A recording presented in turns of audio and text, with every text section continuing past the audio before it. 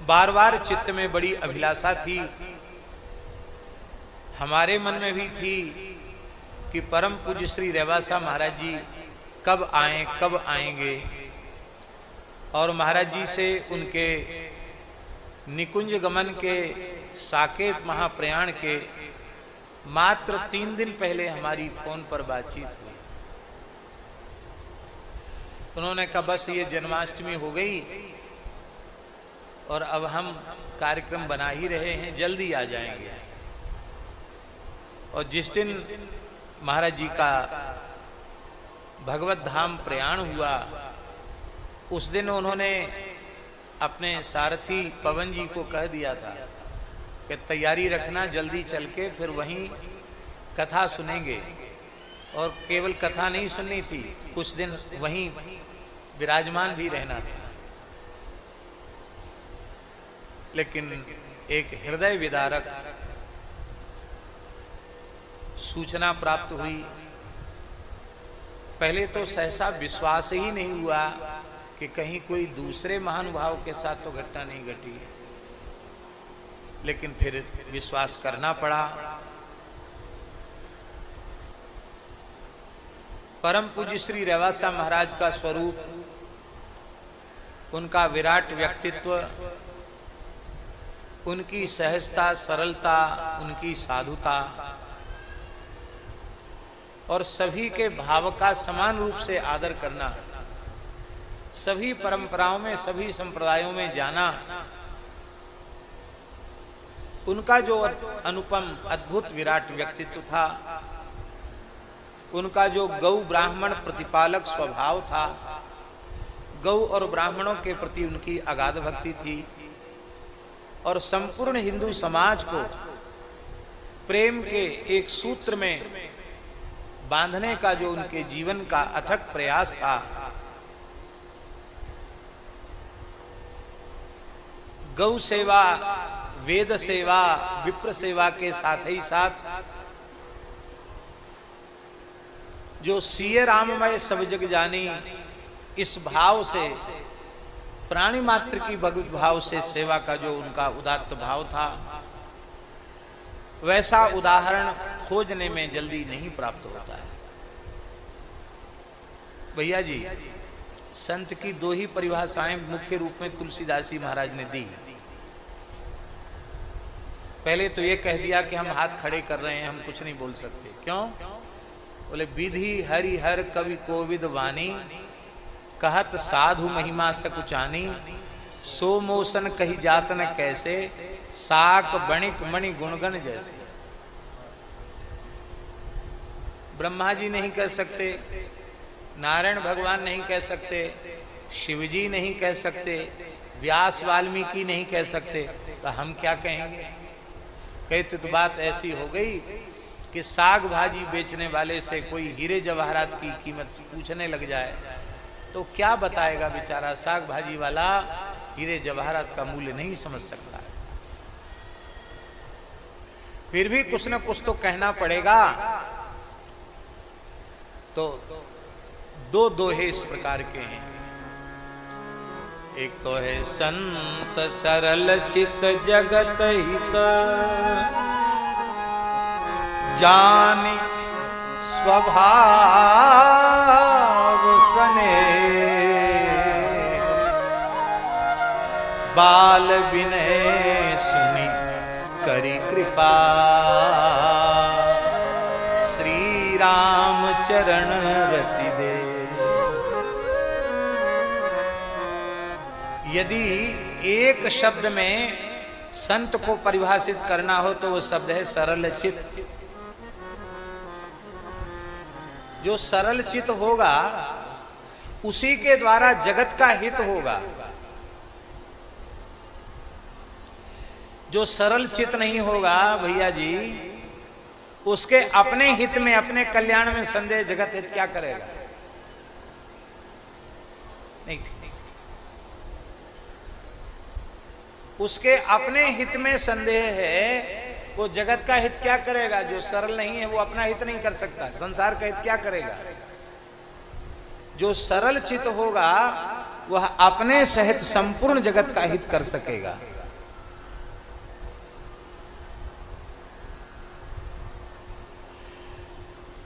एक बार सरल शब्द के ऊपर कुछ विस्तृत चर्चा एक प्रवचन में हमने वृंदावन में की।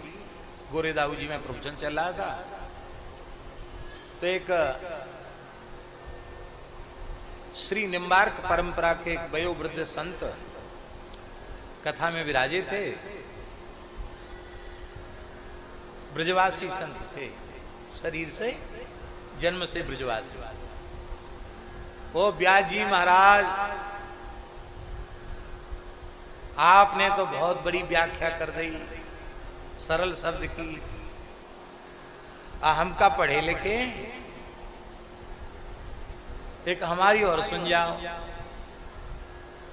महाराज जी जरूर आप बताओ। अरे देखो, हम तो पढ़े लिखे तो है ना है, हम तो ब्रजवासी हैं, ठेठ ब्रजवासी हैं, और जगत गुरु निम्बारकाचार्य श्री श्री जी महाराज के हम सेवक हैं, शिष्य हैं। त्यारी कथा सुन वे खूब हमें, हम अच्छी लगे, हमें बहुत अच्छी बात, बड़ी कृपा। तो बाबा, हमने तो व्यास जी ये विचार किया, सा माने सीता जी, रा माने राम जी, ला माने लक्ष्मण जी, वो तीनों जाके हृदय में निरंतर विराजे, वो ही सरल है सके। भैया भले ही किसी व्याकरण की व्युत्पत्ति में न हो, पर आपने तो गजब कर दिया। सा र ल, सा माने श्री किशोरी जी, रा माने श्री रघुनाथ जी, ला माने श्री लखनलाल जी, तीनों जिसके हृदय में विराजे वो सरल है। भगवान की अंतःकरण में श्री किशोरी जी और जीवाचार्य श्री लखनलाल जी की प्रतिष्ठा के बिना वस्तुतः जीवन में सरलता सहजता कैसे आ सकती है? एक तो ये परिभाषा है, और दूसरी परिभाषा है उत्तरकांड में, पर उपकार वचन मन काया, पर उपकार वचन मन काया, पर उपकार वचन मन काया, पर उपकार वचन मन काया, संत सहज स्वभाव खगराया, संत सहज स्वभाव खगराया, पर उपकार। पूज्य महाराज जी के जीवन में दोनों बातें थी। सरलता ऐसी कि कहीं बुलाओ चले जाते हैं। अभी यहीं के लोगों से हमने सुना कि कई ऐसे उत्सवों में महाराज जी जाते थे जहां लोग आग्रह करके बुला तो लेते, पर इतनी चरण सेवा भी अर्पित नहीं करते थे कि उनके आने जाने का डीजल का भाड़ा निकल आवे। बस महाराज पधारो, महाराज आ जाए। और उनके मन में तनिक भी यह भाव नहीं आता कि हम 100-200 किलोमीटर यात्रा किए, दिन भर गाड़ी इधर से उधर घुमाए, ठंडी गर्मी सब से ही सहन किए, और याने कछु ना दियो, दक्षिणा बिना कुछ ना, और याने तो कछु नहीं दियो, ये उनके मन में कभी नहीं आता। यहां आकर देखने में, अनुभव में आया, कोई ऐसा हृदय नहीं जो भर ना आया हो, कोई ऐसी आंख नहीं है जो गीली ना हुई हो। निश्चित भगवान जब विराजते हैं तब भगवान की महिमा पता नहीं चलती, महापुरुष विराजते हैं तब उनकी महिमा पता नहीं चलती। जब कोई संत प्रत्यक्ष विराजमान होते हैं, हमें सुलभ होते हैं, तब उनकी महिमा हमारी समझ में नहीं आती। अकस्मात जब उनका विछोह हो जाता है, उनका वियोग हो जाता है, तब उनकी एक एक बात हम लोगों के स्मरण में आती है।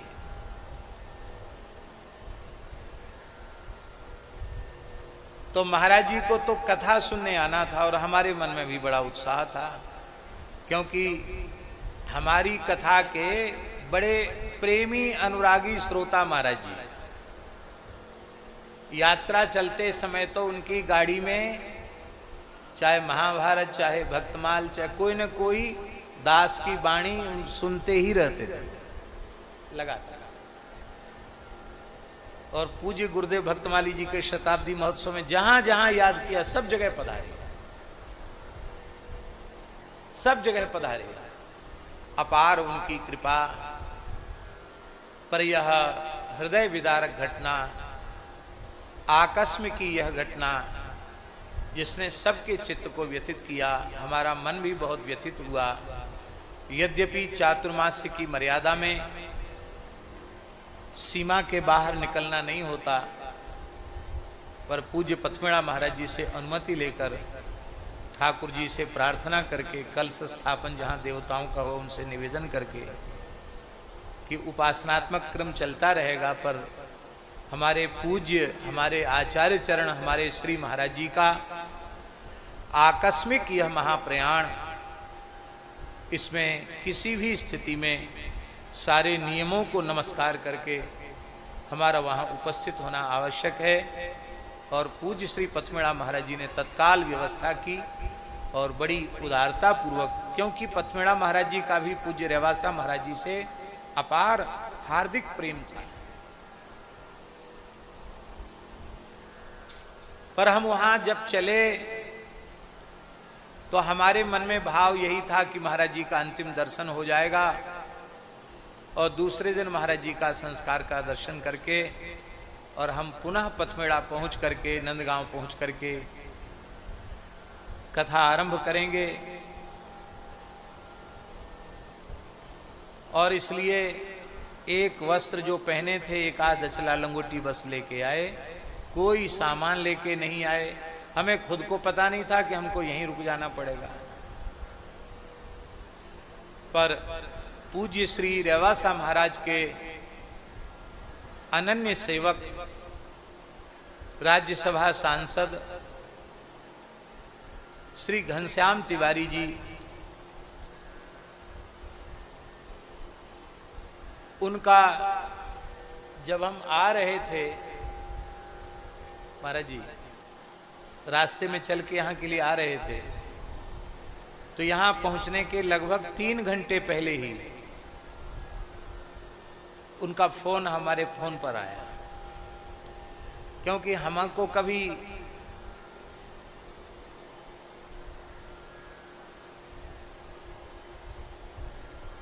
इधर ही आ जाएंगे, यहाँ आ गए, यहाँ बैठ जाओ, गद्दा पे बिठा दो, ठीक। आप विराज, अरे राम, हाँ जय हो राम, रामदास जी विराज हो, इधर ले जाओ, पीछे ले गद्दे पे ले जाओ।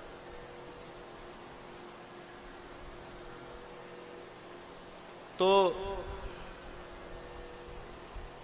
श्री घनश्याम जी तिवारी जी ने यह महाराज जी की बात दास को बताई कि नहीं, आप तो जल्दी से जल्दी यहाँ आइए, क्योंकि महाराज जी अपने अंतिम इच्छा पत्र में 2015 में ही, और उन्होंने पूरी बात खोल करके लिख दी थी कि अकस्मात यदि कोई घटना घटती है तो संपूर्ण मेरी उत्तर क्रिया और स्थान में श्री जानकीनाथ भगवान की सेवा का उत्तरदायित्व इस बालक को दिया जाए।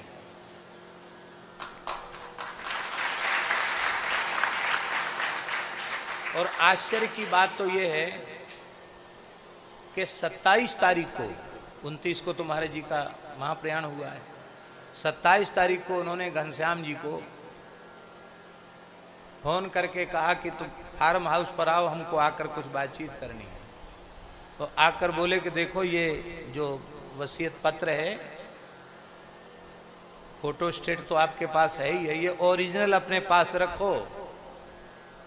ये 27 तारीख की बात है महाराज जी, ये अपने पास रखो और अग्रपीठ की संपूर्ण सुरक्षा का उत्तरदायित्व तो तुम्हारा है। तो वो भावुक हो गए। उन्होंने कहा महाराज आप कैसी बातें कर रहे हो, हम आपसे आयु में बड़े हैं और आप ये क्या कर रहे हो कि हमारी जिम्मेवारी है। बोले नहीं इसको रखो, और 29 को तो चले गए। ऐसे लगता मानो जानकीनाथ जी ने उनको संकेत किया। यदि पूज्य श्री महाराज जी अपने विराजमान अवस्था में दास को ऐसी आज्ञा देते तो हम अत्यंत विनम्रता पूर्वक उनके चरण पकड़कर उनसे प्रार्थना करते कि बालक को कृपा करके क्षमा करें, हम इस योग्य नहीं हैं, किसी भी प्रकार से योग्य नहीं है। और कुछ समय से मन का ऐसा भाव भी बन रहा है कि बाहर भी प्रवास अब कम से कम करके ज़्यादा से ज़्यादा वृंदावन में रहें, इसलिए भी कोई फैलाव की बिल्कुल इच्छा नहीं थी।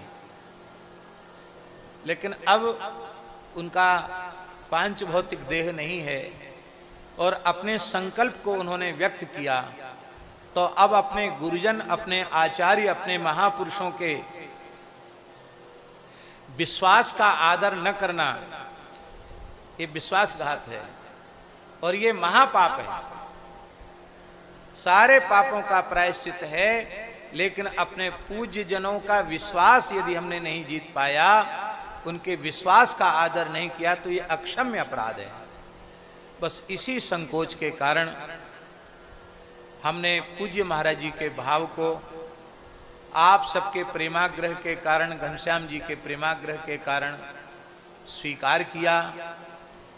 और कर्ता कारिता तो श्री जानकी नाथ जी ही हैं, श्रीमद् स्वामी अग्रदेवाचार्य जी महाराज ही हैं।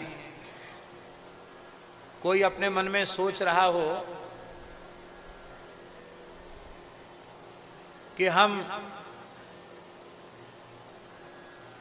अग्रपीठ के आचार्य हैं, ऐसा कोई अपने मन में सोच रहा हो तो सोचने में तो सब स्वतंत्र हैं, किसी पर प्रतिबंध नहीं है। लेकिन हमारी अपनी विचारधारा ये है कि श्री अग्रपीठ के आचार्य तो श्री स्वामी अग्रदेवाचार्य जी महाराज हैं, हम तो उनके झाड़ूदार हैं। मलुकदास जी के भी झाड़ूदार हैं और श्री स्वामी अग्रदेवाचार्य जी के भी झाड़ूदार हैं। उन्हें झाड़ू की सेवा में उन्होंने हमको स्वीकार किया है।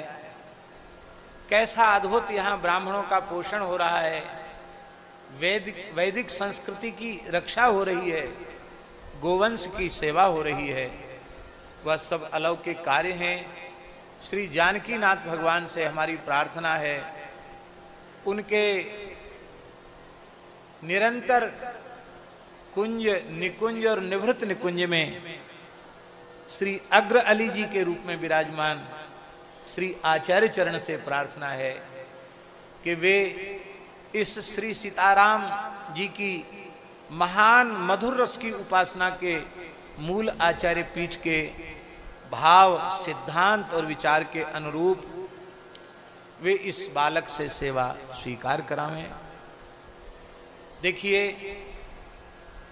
हमारे मन में यहां आने से लेके अब तक निरंतर विकलता थी। विकलता इस बात की थी कि पूज्य महाराज जी से जो फोन पर बातचीत हुई तो महाराज जी बोल रहे थे, अरे भाई हमें बड़ी व्याकुलता है, ये जन्माष्टमी हो जाए तो भाई साहब हम जल्दी से जल्दी आपके पास आएंगे, भरत चरित्र सुनना है। तो हमारे मन में था कि महाराज जी इतने व्याकुल थे, उसी दिन आने वाले थे। तो फिर हमने पथमेड़ा महाराज जी को सूचना भेजी, श्री राधा कृष्ण जी आए थे।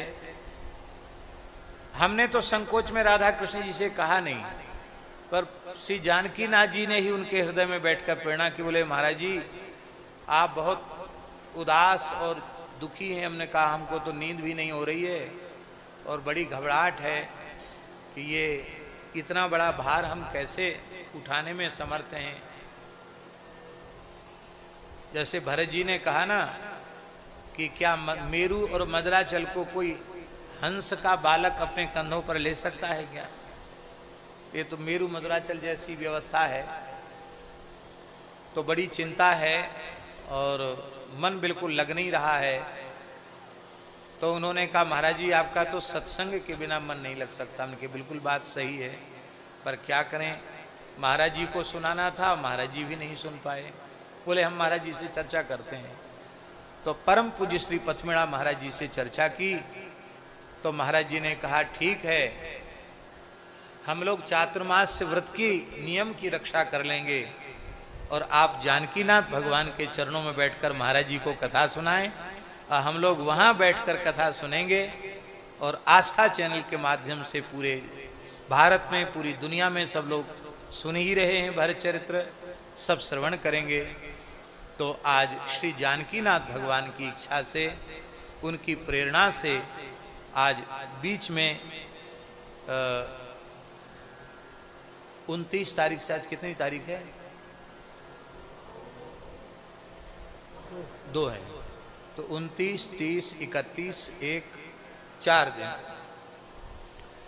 बीच में 4 दिन का विराम आया चरित्र में और फिर 5वें दिन